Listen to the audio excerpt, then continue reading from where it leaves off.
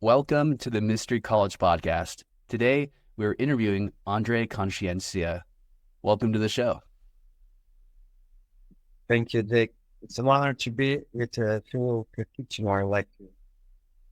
Thank you. Thank you. André is an incredibly talented artist in many mediums and a profoundly advanced magician. And he has courses, books, beautiful courses.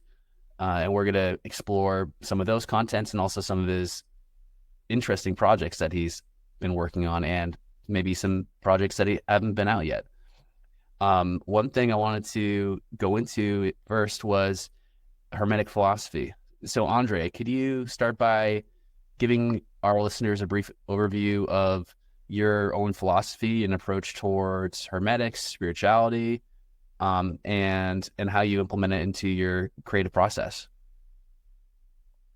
Yes, it's interesting that you don't often have two different people describing Hermeticism the same way. But how I see it, it's a set of different synchronisms. For instance, the Greek god Hermes is not exactly the thrice great Hermes in the Hermetic philosophy. He is depicted as kind of a great philosopher and a sort of magician. This Hermetic Hermes, however, he has in himself aspects of the god Hermes and the god Thoth from ancient Egypt. So to start with, Hermeticism synchronizes ancient Egyptian methods, metaphysical methods mostly, and the Greek philosophy. And in doing this, actually there is a book that me and Victoria Amaziah Suleiman published through our publisher, Starlord Publishing, from Jack Kaush, a great Rosicrucian. And this book is an historical fiction, and it depicts how it spent in Alexandria most of the time, and then the character moves deeper into ancient Egypt and learns from the priests of Amun. And the book is meant to show how the ancient Egyptian thought and the ancient Greek thought start to mingle. It traces the origins of Hermeticism back to Imhotep, but that's not the main thing. So this is a book I recommend if someone wants to get a lively impression of how this thought starts to become alive. Tradition that it's Hermeticism. Now, the axiom of Hermeticism is as above, so below, and this is another syncretism because it chooses the traditions that deal with the stellar currents and the heavenly currents with the above, and the traditions that deal with the so-called lower magic. So, for instance, mental wandering, meditation, all this is the work of the spirit. But then you have alchemy and rituals and magic, and it's a work that takes place below. Something else in Hermeticism is, people say it is monotheistic, and some say it is polytheistic, and I say it is both. Also, there is sort of animism as well. Maybe not like in some ancient African traditions, for instance, but in the sense that the imagination, when cleansed and unblocked, it taps into this divine power. And as it does everything that the human imagination touches, gets its independence and life back. So it's a kind of animism that depends on our own awakening, so to speak.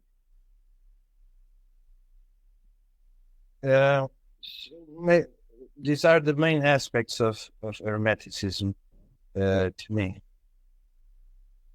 Brilliant. But I like the last point you made about that it's like there's parts of that animism that reanimate us, our sense of livelihood, our relation to the world. To me, I really enjoy that. And I really agree with the premise that it's not just about monotheism, it's also polytheism. It's also learning about seeing the godhood or the divinity in everything that we encounter, and recognizing that everything has a consciousness to it, or like your last name, Consciência. Yeah. Yeah. So I'm really curious about your new book that you've published, The Sphere Quabalah, the part 2. It dives really deep into aspects of the key to the true Quabalah by Franz Barton, but also planetary magic. And that hybrid, that combination, has not been explored by many practitioners, and it's really, really exciting ground. So what inspired you to expand on Franz Barton's work, and how do you see your book serving magicians, theurgists, Kabbalists, or people who like to do mental wandering, astral projection?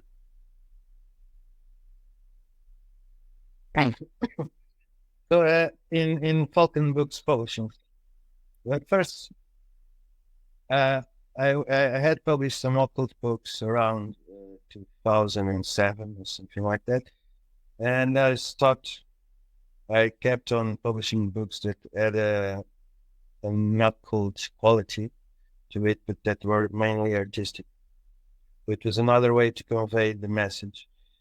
But at some point in my progression through the Horus Mat Lodge, which is a lodge I am a part of, I realized that I had done everything the mandalas, which are they are not grades, they are mandalas. So I had done almost everything except the part of publishing my own books with my own systems and contributing to the systems that had inspired me. So I started writing books. Some I published at Series Limited Esoterica, some at Black Moon Publishing, and in Falcon Books Publishing, I was giving back to maybe my central bone in all of this, which is the Franz Barton tradition. And I started by publishing Through the Soul Mirror to the Sphere of the Sun, in which I am giving the richness that was given to me through initiation into Hermetics. I am fertilizing it and giving it in another way back to the community, and it delves mostly into this wonderful device that is the soul mirror. So the idea is that the whole initiation into Hermetics can be a shift through mystical states attained through the ennoblement of the soul. Of course, you also have the technique, but the technique is made quite easy by being in the right state of mind and soul. So then I wrote the first in the series, which is a guide to the elementals, and this is mostly about evocation. It specializes in the elementals, but it is a general theatrized on evocation, and it starts from the Sumerians to the Mazdians and the Persians and the ancient Egyptians, all the way to the practice of magical evocation from Franz Barton. And then in this book, I interviewed directly also the elementals, and I am describing as I am interviewing them not only what they are saying and what I'm saying as the impressions I'm getting, and including the visual aspects and techniques that I am receiving. These interviews to the beings were they were directed towards the writing of this book. So the beings are kind of contributing to the book consciously. Then a guide to sphere Quabalah, which is the book 2. And in this book, I am giving back something that I have taken from the key to the true Quabalah.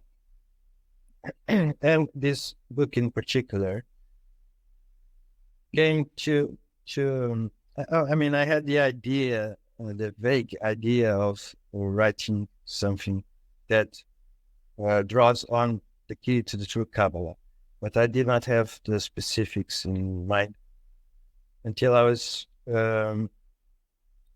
teaching some tones to the kids in the school I teach, and it made me curious about certain rules of tonalism.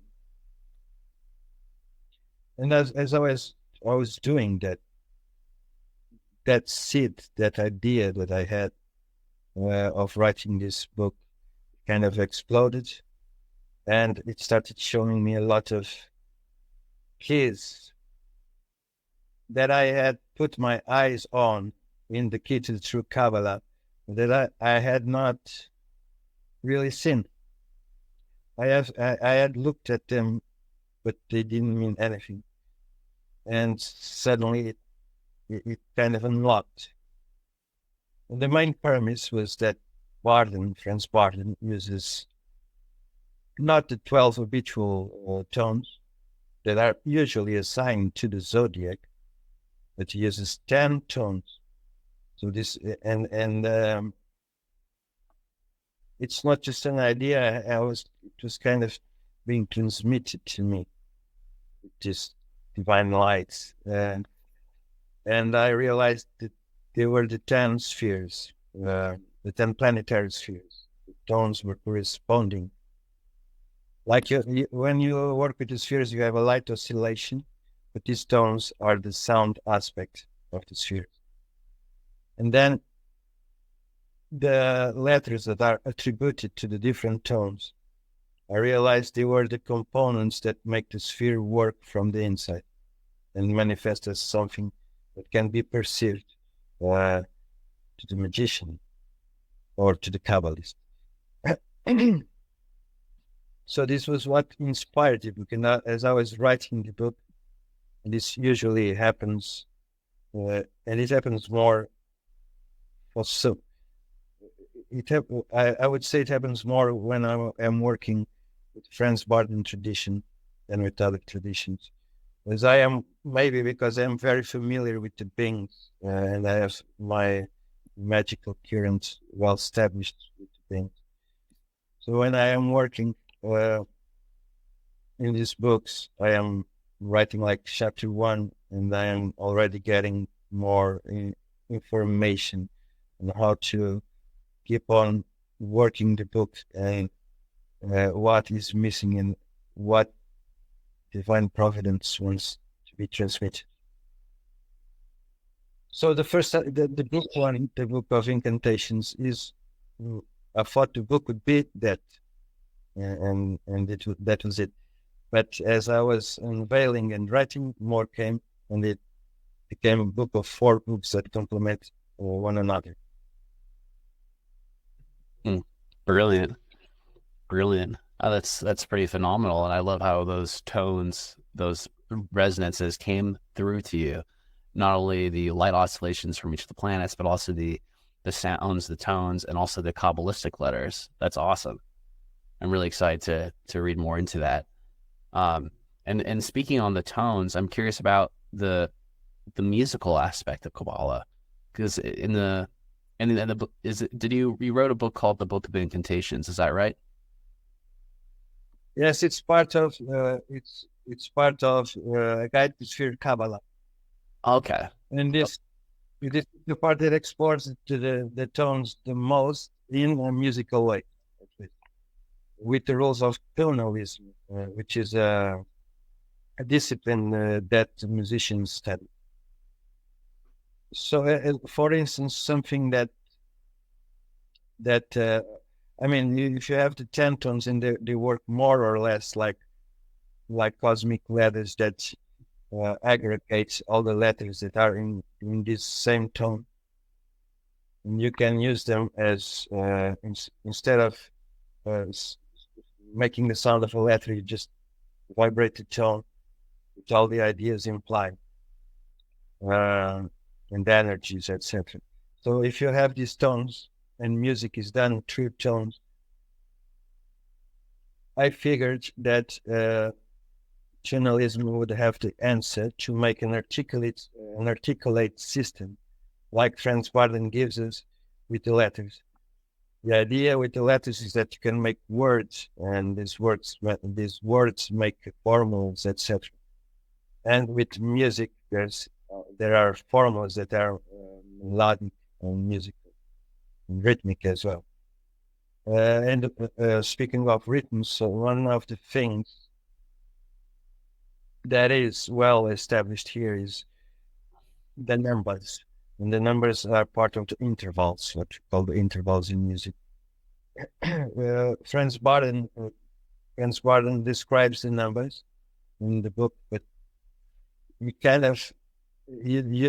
doesn't give you a practical idea of how to use these numbers inside the formula. And the numbers are here inserted in the intervals. So you might be working with, for instance, 3 tones, and you are combining these tones as you would combine letters in the original. And then you have an interval of, let's say, 2. And 2 is Uranus. So these tones are filtered through Uranus. Okay, the quantities that were in the 3 tones came to quality Uranus. And this, when you're doing music, something that is quite creative and flowing, and many traditions use music as a way to obtain states of trance. And when you are doing music Kabbalistically, it's something beyond the regular human experience. It's like being directly in tune with the celestial choirs. I imagine it's not something that the readers and practitioners will, most of them might not even try it for real. But if they do, they will be quite surprised. It sounds like quite the adventure and quite an experience. So I absolutely also invite viewers, listeners to read the book and take action on it too. It sounds like experientially a wonderful time. One thing I wanted to also ask about was the some of the cosmic elemental kingdoms. So how does one begin to enter these realms, and what are some of the insights or experiences you had while meeting the planetary elementals in the first in the book?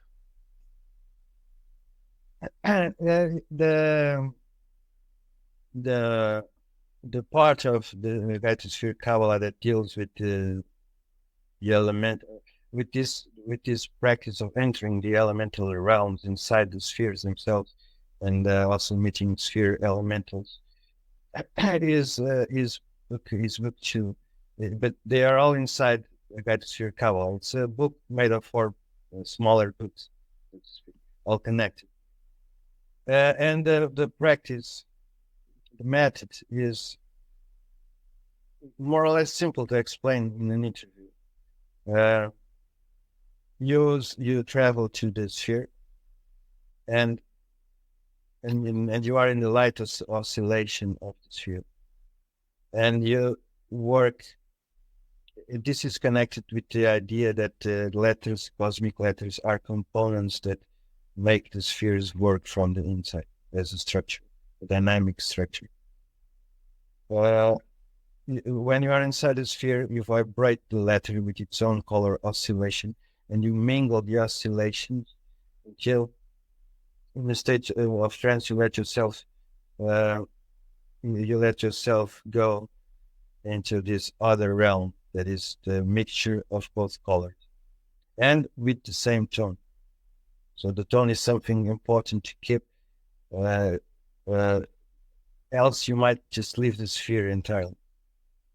and inside these realms that open up by intoning the letter inside the sphere, corresponding sphere, you gain access to the so-called elemental realms of the sphere. Now, these elementals are not, they are a bit different from the Earth's own elementals. To call it elementals is the kind of a freedom that I allowed myself to have. Might be or not the best word for it. An interesting experience I had with one of them, and it was one of, I think, the element of air in the sphere of Jupiter, which again is not exactly the element of air as we are used to, but the cosmic letter. This being likes to appear in the form of something between a silkworm and a cricket, maybe. This is not its true form, nor its ultimate form, because the true form often isn't something that we can actually describe, but the ultimate form is still describable. However, it is a softer form that the being can take to ease the process of communicating. And he has a flute. And this is a being that is connected to the whole thing of Kabbalistic music. So when he plays the flute, he starts to play the flute. And I feel all things drawing closer to me, like in a magnetic field. And this is an harmony that we can expect from Jupiter. But then he changes the melody and it goes the other way around. It seems like everything is being, there is a force of repulsion and things are getting further and further away from me and disconnecting from me. And there is a particular melody that enters that sound, that music, that makes me identify myself with this power that is repelling things.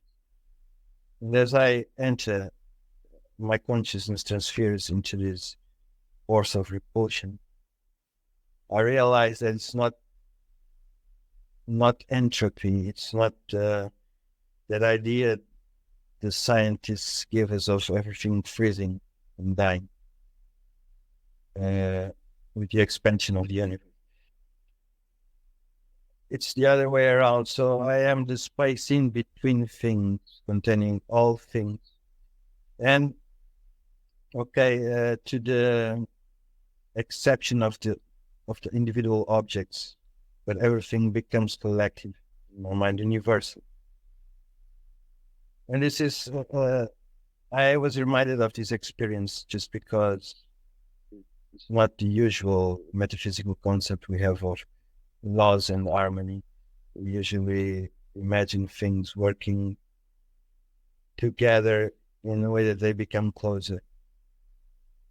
But this being taught me that in the expansion and the things getting further away from one another creates space for the thing that includes them all.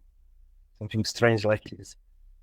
Yeah, that's phenomenal. I really love that because, I also, when I think about the Big Bang and I think about entropy, like I think about, I think very like Newtonian in that sense. But what from anecdotally from my experience with mentally wandering or spiritually wandering myself, it's like life exists everywhere in all crevices, and as do just a huge variation and oscillation of consciousnesses, depending on where you're going, where you're wandering to. And I really appreciate the spirit's insight, because that definitely reflects the experience of spirit. Although it may not seem that way, like when we're on Earth and we see entropy as a pretty huge part of life. So I really appreciate that insight that was provided. One question I had about, I'm curious about, like, you mentioned that there's like a lot of tools, like magical tools and Kabbalistic tools that you can experience, that you can find on each of these respective spheres. So can you describe like one of these different types of tools and one of the applications in magical practice? So this is part of the so-called book 3, in which I went with my guardian genius to the spheres in search for these treasures, these tools. And I found different tools in each of the spheres that connect with all this, the Quabalah and sphere magic.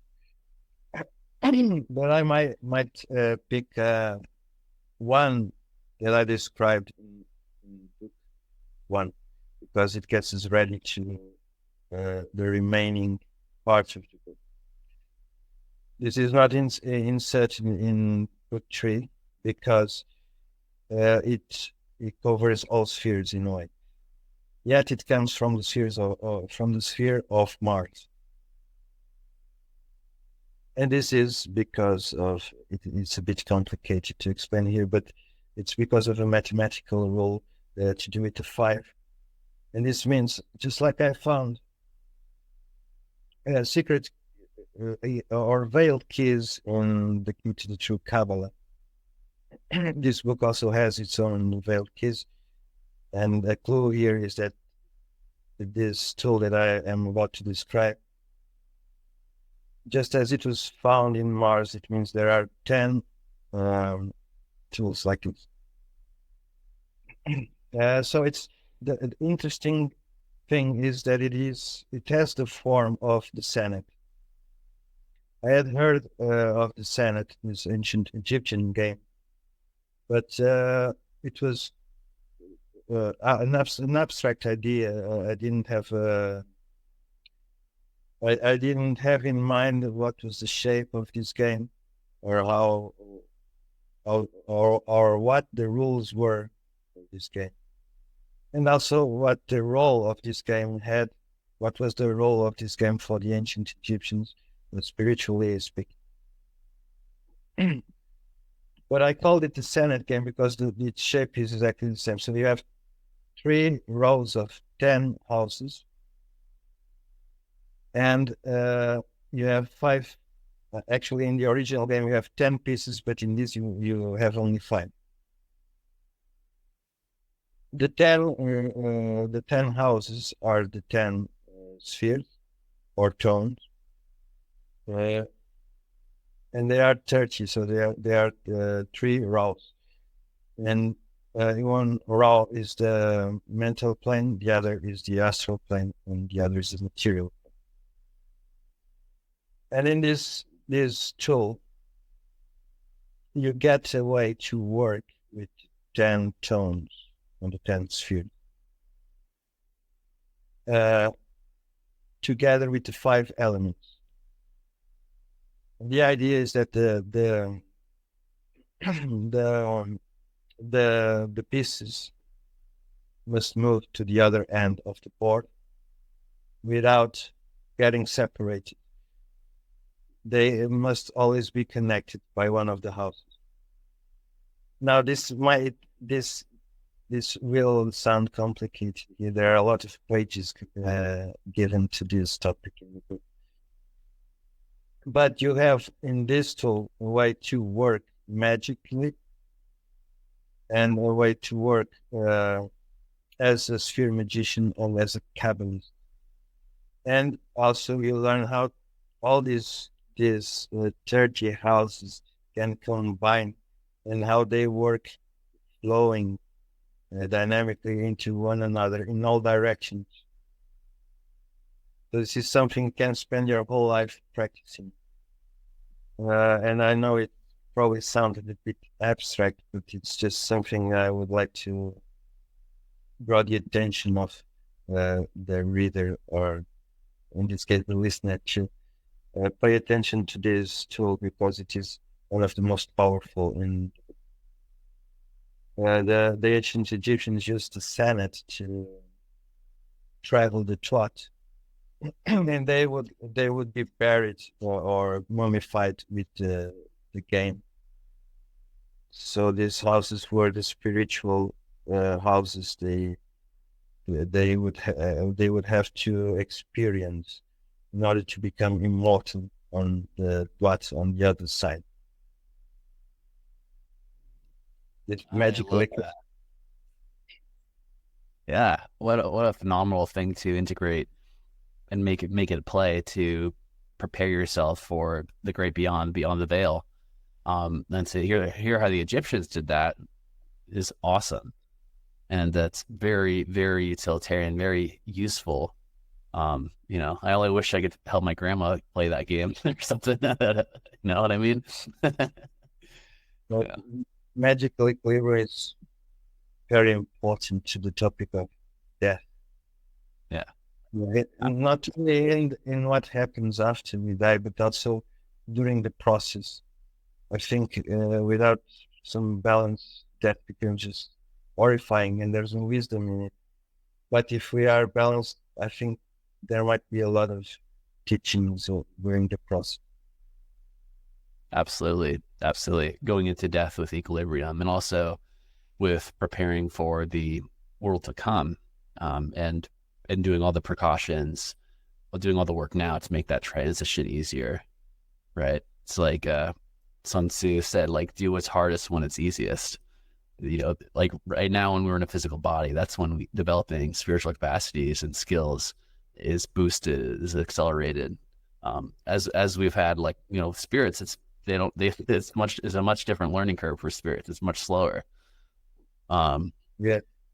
So one other thing you worked on was the book of gestures and motions. And I think that might have been a subset of one of your books. And I'm wondering, how do internal and external motion play a role in magic practices, and what are some practical ways magicians can integrate the principles of gesture and motion into their work? So this is the fourth book inside the Guide to Sphere Quabalah. Inside the book, there is a Guide to Sphere Quabalah. And there's actually like a fifth one, but it's just addendums and extra material. The internal motion. So you get like magic and mysticism in this. And the internal motion has two aspects to it. Although it is predominantly mystic, there's a magical and a mystical aspect. And the magical aspect has to do with the movement of the organs. This connects with Tai Chi, etc., Astro Yoga. So if you tap into the organs and have them work, you get the right inner flow. And it also has to do with states of mind and yogas, more yogas that you practice. So certain meditations. And the outer has to do with actually the movements your body does. And this for instance, there are movements here that are almost the same as some hatha yoga movements for it, or position. And so we are talking about zanas or mudras or ritual gestures that connect with this inner emotion. They give it an outer expression. And also there's the sound here, and the sound connects with the tones and the cosmic touches. So this is a yoga, like we can say this is a yoga for Barton's Quabalah. This is what is developed here, and it's an idea that I left for the end of the book because it works with the remaining material and puts it all together. And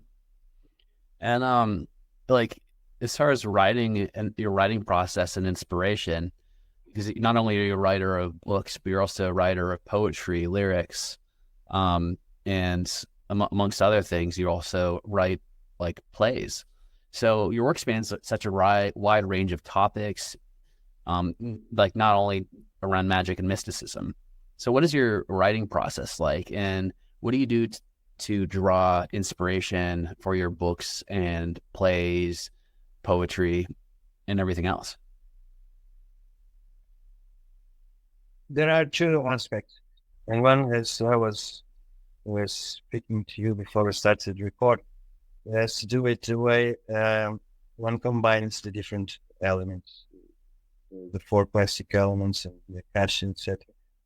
In a way that magical equilibrium taps into the Tao or Chao, so into the Akasha also.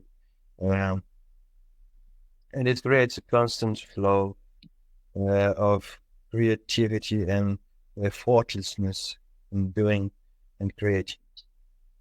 So that one is creating in a state of repose. And that's a blissful state to be. It does not become wary, I think that's the word. So it does not waste one's energy to create, or it feeds one's energy. And there's also the technical aspect. For instance, I am a teacher of creative writing, and I remember getting a lot of tips from when I was younger from William Estelle, for instance, in creative writing.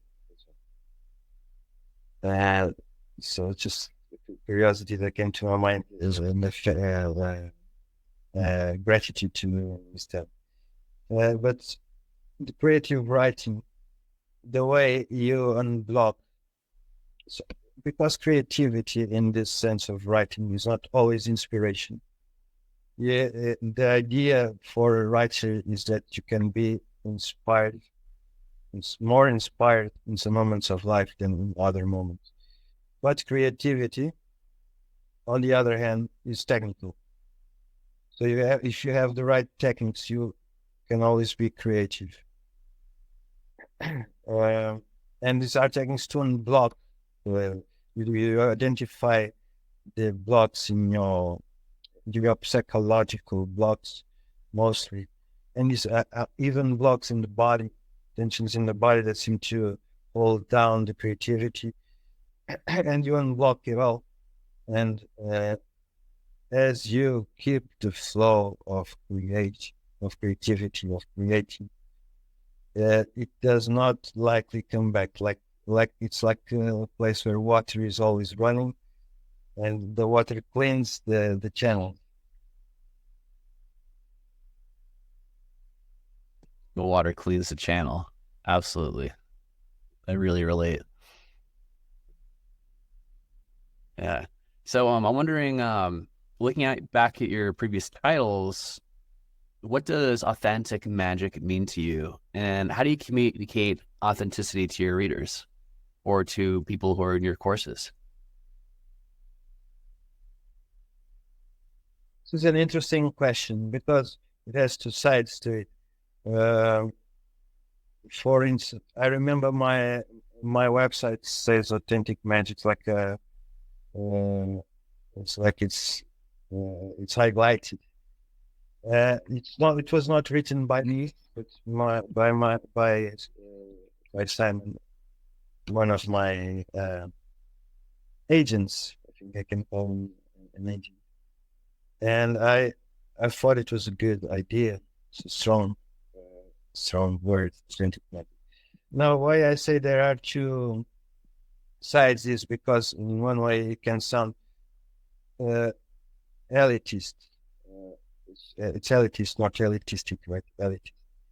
And because it it could be read as talking about there's only one way to do magic, or only one tradition that works, or I do real magic and the rest don't, something like that. Which is I think that's a foolish notion. Now, to me, authentic magic is a magic that is. It's not so much about being honest and about being honest. Like, I must analyze everything here, and maybe this is not true. Maybe this is. So you get to pick every fault possible, and suddenly you ruin something that is good. Not this kind of this kind of honesty that is missing the word. It's something the scientists must have. What is the word? Missing the word here. Hypothesis, empirical truth. It has to do it empirically. It's but it's like your mindset must be into not believing. There's a word for that, but I can't remember. Skepticism. Yes, exactly. Skepticism. It's not just the kind of honesty that means really skepticism. It's an honesty that when you are saying it, when you are transmitting things, it is true to you, and it is inspired, and it is true to the other person, because the other person can feel that it is honest to your own heart. It is the truth of the heart. But I think this quality is important because it keeps magic in the tradition of the parts. Magic is a flame that must pass through inspiration and through this kind of honesty. The other aspect is that authentic magic is magic that works. And I usually think that according to my experience, the books I've been releasing, they work when people commit to it. And sometimes, especially in serious limited esoteric, I sometimes write very strange things because it's a more obscure niche. These things sound very strange, and most people, or the regular person, would just despise it, not take it seriously. And it's kind of a test, because if you put it to practice, generally it's gold that is there, and it's authentic in this way. Absolutely, there's gold there. And when we were talking before, you mentioned, like, speaking of gold, that you've received profound feedback from readers and students who would say the same about your work in general. So how does it know to feel that your work has deeply impacted others' magical, mystical journeys? Okay, could you repeat? Sorry. I'm wondering how you've gotten a lot of really positive feedback about your courses, books, coaching.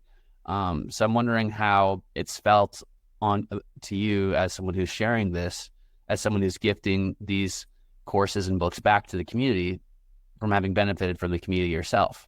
And how does it feel to have affected people's magical, mystical journeys? It's a funny feeling, because in a punchline, what I feel is I feel grateful, but not because of the compliments, or not because of the words that are directed towards what I would consider myself. It's more like I feel grateful for being in the right place and in the right time for these transmissions to come through me and to help persons that I often admire. Well, and sometimes it doesn't matter if I admire them or not. Of course, there's extra pleasure if I do. But it might be someone I don't know at all, and it's still like a miracle, because there's something that is so deep that comes from such deep space, and it just jumped to another person. And if you try to trace the whole trajectory of this jump, you cannot. It's like some quantum physics, or I don't know how something that deep reaches another person.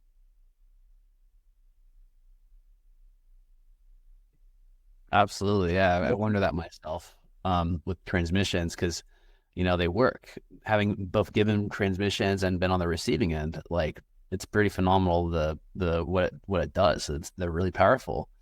From the right person, being in the right headspace, holding the right container, and everything. So I'm wondering too about some future projects you've been working on as well. Like, can you give us maybe like a sneak peek into anything you've been working on, or what we can expect from you in terms of hermeticism, magic, mysticism, or maybe artistically with your plays, any movies? You could surprise us with anything, really. I'm trying to launch a course on neo-shamanism. Level 1 is online, but I'm studying if this is something that has an audience inside Pursues Academy before I record the other levels.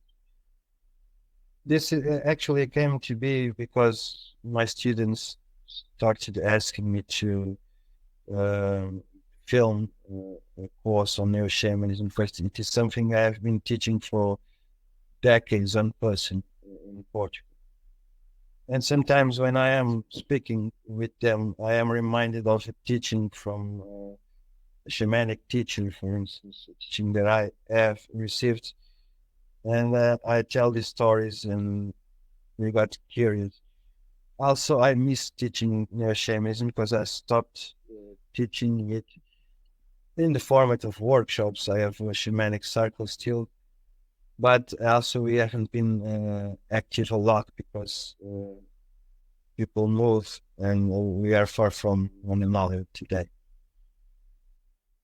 And this is something that is like, this is the first time I am having this thought, but it has something of the quickness with which Reiki works. So Reiki is a transmission as well. But when you are working with neo-shamanism and you tap into the visionary path, all things stream so easily. But also, I don't recommend neo-shamanism as a substitute to hermeticism, only because in neo-shamanism they are complementary, but neo-shamanism alone won't allow you to do the process consciously. You will learn things after they have happened. And with hermeticism, it's a bit the other way around. You learn things to make them happen. So the two paths combined, I think, are bombastic. Also, it's a lot of fun.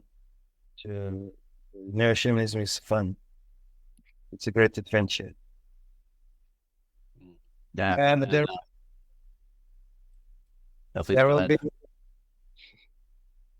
will be the third book from the series, which is about stellar magic. Now this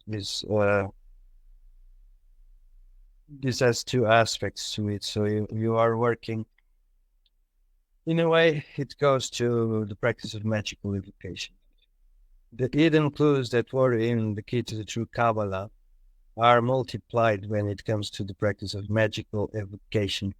There's a lot of keys there that it seems like Barden is waiting for someone to notice them.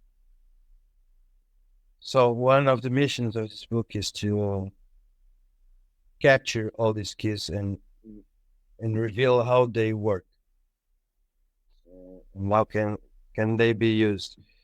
And the other mission is to it's a bit academic. There's an academic aspect to this book because that is the astrology throughout the ages, and there are many systems. It's a big book, and also it studies what is the similar method in all these traditions, and also the similar aspects of teachings themselves, and also but the astronomical part, which is common to all of them. So you get astrology, but people use astrology in a passive way. So astrology is to divine things, to let's peek at the future, and in this book you are learning astrology to practice magic, to gather currents from the stars and combine them like an alchemist and make things happen, and achieve also inner states and laws of wisdom. And this book as well leans on the so-called outer planets. This is planets that are from Saturn forwards, and also stars, including the zodiac. And now certain planets are connected to the zodiac, and how can you go from this sphere and mastering this sphere into its stellar influences? Now, this is something that I think might surprise the community of friends, but some people will be surprised very positively, I think, and some probably negatively, because it's a bit daring, or it's a bit Promethean, maybe. Or I did not. I was cautious enough to. When I reveal more than apparently I should, things are more veiled than they seem. That sounds great. Keep it veiled. Silence is key. But there's a Promethean edge to a lot of the teachers in our community, myself included, yourself, Bob Smith, Mark Rasmus. Like, you know, lots of us are very Promethean in our approach. Yeah. So thank you so much for your time. And is there any places where people can get in touch with you, like through social media, email, courses, books, coaching? Yeah. So my website has the general overview of my works as a marionette or an occultist, whatever, a magician. So it's hermeticmagician.com. As simple as that. Now, if you want to write me, you can write to André, my name, without any accent, just an André. And then you have starlordpublishing.com. Also, there's a Facebook page, and it is more, it has a different flow than the website, which is only updated from time to time. In the Facebook page, you have all the news, they are fresh. And this André Consciência Occult Outreach on Facebook. And I think that's it. Awesome. Thank you so much for being on the show, André. It was a pleasure speaking with you, and hope to speak with you soon and see you in Portugal, perhaps. It will be a pleasure. Thank you so much. Thank you.